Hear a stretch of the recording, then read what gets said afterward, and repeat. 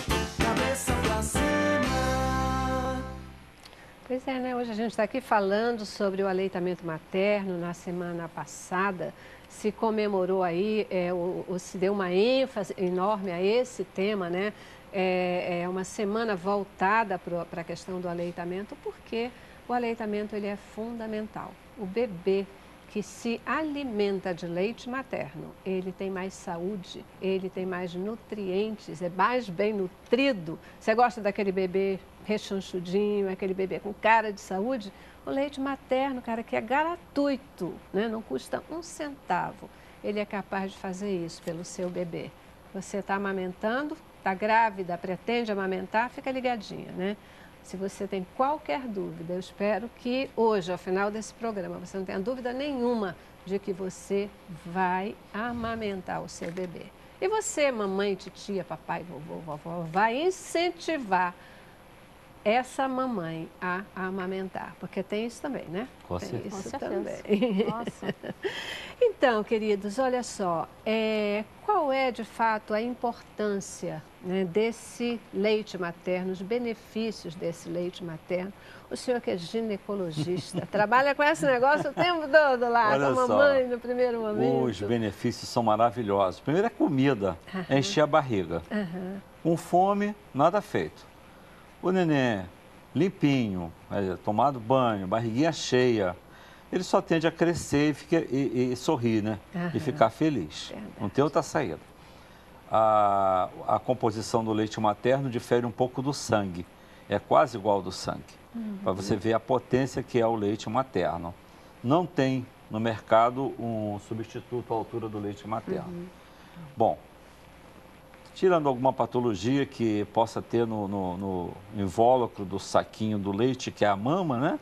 Se tiver alguma patologia, o leite está quentinho, toda hora está ali prontinho para ele. Os intervalos das mamadas podem ser de 1h30 a 2 horas, a hora que ele quiser. E geralmente ele mama e dorme. Olha que maravilha. Mama e dorme. Sonho de toda mãe. Quem de nós come e dorme, né? Assim, instantaneamente. Todo, verdade. O leite materno tem...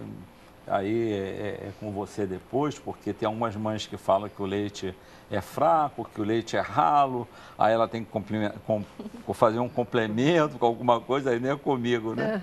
Eu mando amamentar, fazer a higiene toda, mas o leite materno é insubstituível. Até que prove o contrário, ele é insubstituível. Até o 6º mês, ele não só alimenta, como ele passa para a mãe os anticorpos e passa outras coisas que a gente também não sabe, né? Que faz agrega a criança à mãe.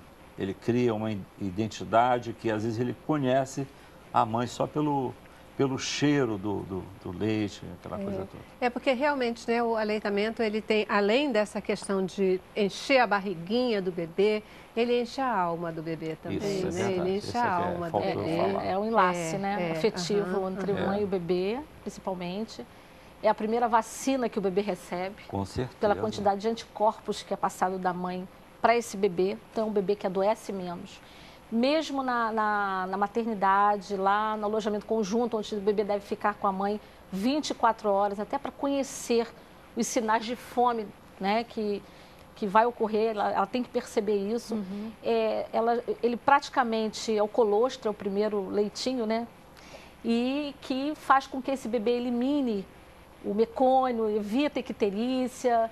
O bebê, quando é colocado no peito da mãe, ele se aquece, então a hipotermia vai sumir, né? Hipoglicemia. Então, ali naquele momento, naqueles dias que ela permanece na maternidade, é o enlace, é conhecer, com a ajuda dos profissionais. Então, é uma defesa. E essas crianças que são amamentadas exclusivamente ao peito, até os 6 meses e até com complemento de comidinha, até 2 anos e meio, é importantíssimo. Até para mastigação, então é a dentição, aquele afeto, uma criança que vai ser preocupada com a sociedade, que vai preocupar-se com o outro, porque você tem essa afetividade. E essa criança que adoece, ela leva muito menos aí para uma unidade intensiva, Então, adoece, mas é aquela doencinha que dá para a gente tratar muito bem. Diferente daquelas que não são amamentadas. Então, as doenças são piores, vamos dizer, e que levam para uma internação e gastos também, né? Então... Na verdade, tem vantagens não só para o bebê, não, pra né? mãe. A gente pode dizer que para a família, né? Porque o adoecimento envolve a família toda, mas em termos de custo, essa família não precisa gastar dinheiro, né? Com um produto que não vai ser melhor do que o próprio leite da mãe. Tem vantagens para a sociedade. A Terezinha falou a questão do vínculo. Tem trabalhos que mostram que crianças amamentadas, a relação com violência, com tudo, né? Até nisso, quem sabe a gente não melhora a sociedade, começando do nascimento, né? Na medida que a gente coloca essa mãe, esse bebê em contato. E tem vantagem, até ecologicamente, se a gente for falar, em termos de resíduos, que esses outros produtos são jogados no ambiente. Então, assim, a gente poderia enumerar muitas vantagens. E uma vantagem que tem sido muito importante é a relação dessas crianças na fase adulta, né? Tem sido confirmado que crianças, né, que foram alimentadas por leite materno, elas têm uma menor probabilidade de diabetes, de hipertensão. Então, essas doenças que a gente vai estar discutindo e fica preocupado no futuro. Então, tem uma relação até com o primeiro momento de vida dele. Toda mãe, ela pode amamentar? Porque às vezes o pessoal fala isso, não, nem toda mãe pode amamentar, às vezes ela tem o peito muito pequeno, o bico do peito é muito pequenininho, não dá, a criança, ela não vai conseguir, a criança não consegue pegar. E aquilo que a gente estava falando, né, especialmente o primeiro filho, é uma ansiedade, porque você está ali, você tem que aprender, é novidade o bebê, né, é novidade você dar de mamar, e se a criança começa a ficar muito aflita, você quer alimentar para ter o bebê lá de barriguinha cheia, quietinho. Isso é uma coisa que nós começamos no pré-natal a ver o mamilo, a ver a postura dessa mama. Tem mulheres que têm o mamilo, o bico do peito muito incluso. Eu geralmente nas consultas eu pergunto, olha, isso aqui é teu marido que tem que fazer. Eu passo um óleozinho, uma pomada, na receita, e elas usam um debacetinho, o tipo de óleo, e o marido vai puxando aquilo. Aquilo é um procedimento doloroso. Elas não conseguem fazer. A mulher não consegue fazer. Então, chama o marido, faço na frente dele, ele começa a torcer e puxar aquele mamilo. Porque o mamilo incluso é muito complicado. Ele tem que usar aquela prótesezinha que coloca no biquinho do peito para o bebê sugar. E eu acho também que é muito interessante, eu costumo fazer isso. A mulher que faz o pré-natal comigo, geralmente ela faz uma ultrassom de mama. Eu sempre faço para me ver se tem algum cisto, algum nódulo, porque lá na amamentação, o pediatra vai reclamar. Mas se o médico não pediu uma ultrassom, ele não viu esse caroço, aí o pediatra quer puxar minha orelha. E antes disso, quando ele me ligar, a ultrassom está com ela, você pode ver. Entendeu? Se tiver alguma coisa assim, doutor, isso vai atrapalhar a amamentação? Se a gente descobrir que tem algum caroço, algum nódulo, que, por exemplo, suspeito, é melhor a gente inibir essa lactação. Melhor que a gente faz. Há controvérsia? Não, veja bem, porque é muito desagradável às vezes você tá... O senhor está falando de, vamos dizer, até de diagnosticar, então talvez uma patologia mais grave, porque normalmente não existe contraindicação para amamentação. Só, claro, se o senhor achar que tem alguma patologia, tipo um carcinoma, alguma coisa assim. Não chega a tanto. Eu apenas estou me referindo ao seguinte, a mama é um órgão muito complexo. É uma glândula mista de secreção interna e externa, que é o leite. Entendeu? Então, às vezes, é muito desagradável uma mãe estar amamentando e está ali toda feliz e ver sangue na boca do neném. Certo. Normalmente até uma fissura e pelo mamar pega. Exatamente. Se for uma fissura, maravilha. Mas, então não pega eu estava amamentando ontem Vou lançar a mão do meu Vamos- kit. Tá, melhor. Vamos entender um pouquinho essa coisa, porque assim... Porque tem anatomia, né? Eu acho que é complicado importante. mesmo, né? A gente começa a ficar numa ansiedade muito grande, Exatamente. se achar que tem algum alguma tipo coisa. que pode Não. passar para o bebê. Exatamente. O que eu estou me referindo aqui é o seguinte, é que nós, médicos, não costumamos fazer esse tipo de exame. Perfeito. Ultrassom. São pouquíssimos médicos que se preocupam com a mama. E a mulher mesmo, a mãe, também não se preocupa com a mama. Aham. Ela bota o sutiã e a preocupação dela no pré-natal é ver o carrinho, ver a roupinha, ver sapatinho, ver toquinha, ver tudo. Mas a mama, que é o principal, que é o fast food do bebê, ela não se preocupa. Mas quando o pré-natal, ela vai no pré-natal, eu me preocupo com o crescimento da mama, se ele está desenvolvendo, e o mamilo, por onde vai sair o leite, é por ali. Eu acho fundamental, acho bacana isso. É acho isso bacana. que tem que ser feito. Também olhando aqui, ginecologista e mastologista, É não verdade. podia ser diferente. Então, né? eu Não podia visualizar ser a mão. diferente. Eu peço uma ultrassonografia. Um cistozinho, uma coisa ali. Olha, você está ótimo para Tranquilo. amamentar. Perfeito. Já existem exercícios, né, Hoje em dia a gente até tem trabalhado o contrário, já não precisa mais fazer exercício, não. Mas durante um tempo, muito tempo, a gente orientava. Hoje em dia, se eu lançar a mão aqui do meu kit, hoje em dia, por que hoje em dia a gente não trabalha mais precisando fazer exercício? Por quê? O que é que mudou? Porque, na verdade, durante muito tempo a gente concentrava a atenção no mamilo. E o que importa é que que o bebê abocanhe a areola, que é essa área aqui. Se a gente for olhar a mama por dentro, atrás da areola, que é essa área escura, tem o que a gente chama os seios lactíferos, que é onde fica o depósito de leite.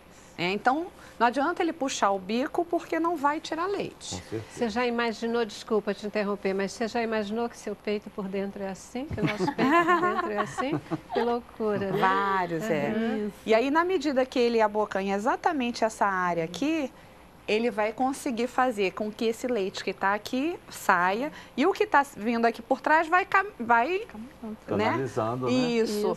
Então, isso era um ponto que a gente fazia, né? E às vezes a gente ficava no pré-natal, às vezes orientando muito sobre o bico, e aí chegava na hora, se ela não colocar o bebê para mamar, pegando a areola, aí acabava não adiantando sofrimento, muito. né? Esse sofrimento que aí a mamãe vem e diz, eu não tenho leite, o bebê mamou, mas ficou com fome, etc.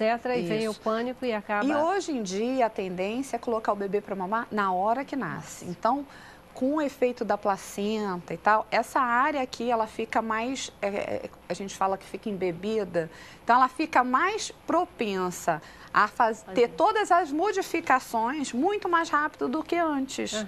Então, a própria sucção do bebê, numa pega correta, vai fazer com que esse mamilo acabe saindo. Mas durante muito tempo, e algumas pessoas fazem, mas para a grande maioria, não há mais necessidade da gente fazer isso. A gente pode ensinar, pega a posição correta, né, que é não pegar o mamilo, mas pegar a areola e deixar o bebê, né, mamando pelo tempo que ele quiser até ele soltar. E essa história de tamanho do peito? Mulheres que têm um peito pequeno, elas terão mesmo mais dificuldade de amamentar? Essa história de porque tem peitão, vai amamentar? Não faz diferença, na relativo. verdade. Não tem diferença. Não tem diferença. A vontade que é a diferença, Isso na aí. verdade. É uma coisa muito importante, é uma coisa assim que você tem que parar e pensar. Ela falou, a primeira sucção do bebê estimula o hormônio que vai lá no cérebro, a prolactina é liberada, entendeu? E libera outro hormônio que é chamado de ocitocina, que é a descida do leite. e faz com que o leite saia. Isso. Ocitocina. Então, esse E estímulo, já essa existe boca... também a ocitocina em spray. Eu não perco tempo. Terminou o parto, eu dou logo um puxão no bico do peito e passo a ocitocina, porque eu quero dormir. Olha a visão dele, hein? A ocitocina não é a nossa visão. é própria. Eu estou quebrando o galho dos pediatras. De jeito nenhum. A ocitocina própria, que é liberada na medida que o bebê suga, ainda faz uma coisa que é muito importante para a mulher na hora do parto, que é contração uterina. Então, a possibilidade dela ter um sangramento naquele momento do parto é menor na medida que coloca o bebê para mamar. Então, assim, ele resolve bacana, a natureza. Que coisa, né? Deus é fantástico, é um arranjo, né? Ele cria tudo, pensa em todos os aspectos. É de engenharia biológica, né? Verdade. Eu acho que o aleitamento materno, quanto mais a gente não mexer, eu acho que a coisa... Quanto mais natural ele for, mais todos os mecanismos, essa máquina vai funcionar com naturalidade. Nós temos que estar ali para amparar, colocar o bebê na primeira hora, ali naqueles primeiros minutinhos, né? Numa posição e numa pega correta, que aí tudo vai funcionar. Não vai machucar o peito, o mamilo, porque se ele pega o mamilo, ele vai fissurar. Imagina 10 vezes aquele bebê no mamilo e puxando com aquela força que ele tem. Ele vai realmente, vai ficar ralado, vai ser fissurado, vai sangrar, né? E aí a mãe realmente vai se preocupar com aquele sangue, que é muito mesmo, a gente vê isso. Então pega a posição, é aquele amparo, e deixar a mãe mais relaxada possível. E quanto menos a gente mexer, a gente observar. Eu acho que o principal na amamentação é a observação da mamada. É ver como é que aquela mãe pega, como coloca. Então, se a gente observar a postura dela, às vezes até uma postura ruim que a gente está achando, mas é o melhor modo dela pegar o bebê. Né? Então, eu acho que quanto menos... Vou fazer uma parte aqui. Menos é mais. Fazer uma parte aqui para minha colega. Sim. Que as mães não se livram das vizinhas. Não pode. Isso é um problema. Aí a vizinha chega lá e vai falar alguma coisa que a sobrinha dela, a tia dela, a filha dela, olha, é um inferno. Por isso é que os pediatras não querem mais atender. Eles mandam logo para uma clínica, olha, porque diminuiu, porque a mãe fica ligando para o pediatra. Entendeu? Eles não querem mais. Eu vou traduzir isso que o senhor está dizendo da seguinte forma. A mãe, ela tem a sua sabedoria própria, ela tem que achar o seu jeito com o seu bebê, né? Ela encontrar os seus caminhos. O que foi legal para minha irmã pode não ser para mim, o que foi bom para uma vizinha pode não ser para mim.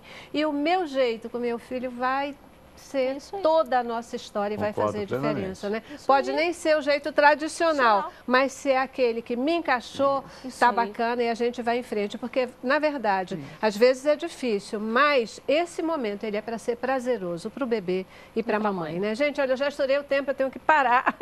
O pessoal da minha cobrando ali, eu tenho que parar, a gente vai dar uma paradinha e eu volto e quero mostrar também para vocês, para o nosso telespectador, uma matéria que a gente fez lá no Fernando Figueira e depois a gente poder entender quais são as principais dificuldades que essa mamãe muitas vezes esbarra aí, como superá-las para que se tenha um aleitamento materno cada vez mais forte e prazeroso, tá bom? Vamos lá. Cabeça pra cima.